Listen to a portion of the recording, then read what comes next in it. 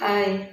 மாண்டிசெரியில் சின்ன குழந்தைகளுக்கு pre-KG, LKG, யூகேஜிக்கு வந்து ஃபிசிக்ஸ் இருக்குது, கெமிஸ்ட்ரி இருக்குது, பாட்னி இருக்குது, பயாலஜி இருக்குது, அதுபோல் ஹிஸ்ட்ரி, ஜியாகிரஃபியெல்லாம் இருக்குது அப்படின்னு சொன்னால் நீங்கள் நம்புவீங்களா?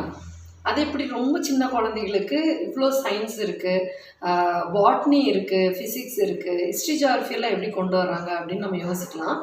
பட் அந்த அந்த குழந்தைகளோட அண்டர்ஸ்டாண்டிங் லெவலுக்கு அவங்களுக்கு எந்த லெவலில் சொல்லித்தர முடியுமோ அந்த பேசிக் சயின்ஸு, பேசிக் ஹிஸ்ட்ரி, ஜியாகிரஃபி தான் இருக்கும். பட் ரொம்ப டீட்டெயிலாக இல்லாமல் அவங்களுக்கு புரிஞ்சிக்கக்கூடிய வகையில். ஏன்னா வந்து மரியம் மாண்டிசெரி யோசித்தது என்னென்னா, குழந்தைங்க வந்து ரொம்ப என்விரான்மெண்டல் பேஸில் வந்து அவங்க வந்து வளரணும், சுற்றி வந்து அவங்க என்விரான்மெண்ட் கூட சேர்ந்து வளரணும் அப்படிங்கிறத வந்து ரொம்ப கான்ஷியஸாக இருந்தாங்க. ஸோ அதனால தான் வந்து இந்த இபிஎல் ப்ராக்டிக்கல் லைஃப் கரிக்குலம் கொண்டு வந்தாங்க, சென்சோரியல் கரிக்குலம் கொண்டு வந்தாங்க. அந்த hearing sense, smelling sense, tasting sense எல்லாம் இம்ப்ரூவைஸ் பண்ணணும் அப்படின்னு நிறைய மெட்டீரியல் கொண்டு வந்தாங்க.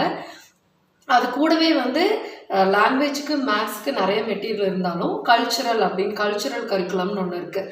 அதுக்குள்ளே ஃபுல்லாக பார்த்துட்டிங்கன்னா இந்த என்விரான்மெண்டல் சயின்ஸ் வந்து ஃபுல்லாகவே இதில் இருக்கும். இதில் வந்து ஒரு கேட்டகரிலையும் இருக்கும். ஸோ பாட்னியில் கொஞ்சம் இருக்கும், ஹிஸ்ட்ரியில் இருக்கும், ஜியாகிரஃபியில் இருக்கும். ஸோ இந்த லெவல்லலாம் இருக்கும். எல்கேஜி, யூகேஜிக்குமே இருக்கும். ஸோ அதெல்லாம் என்னென்னு ஒன்று ஒன்றா வர இனிமேல் வர வீடியோவில் நம்ம பார்க்கலாம்.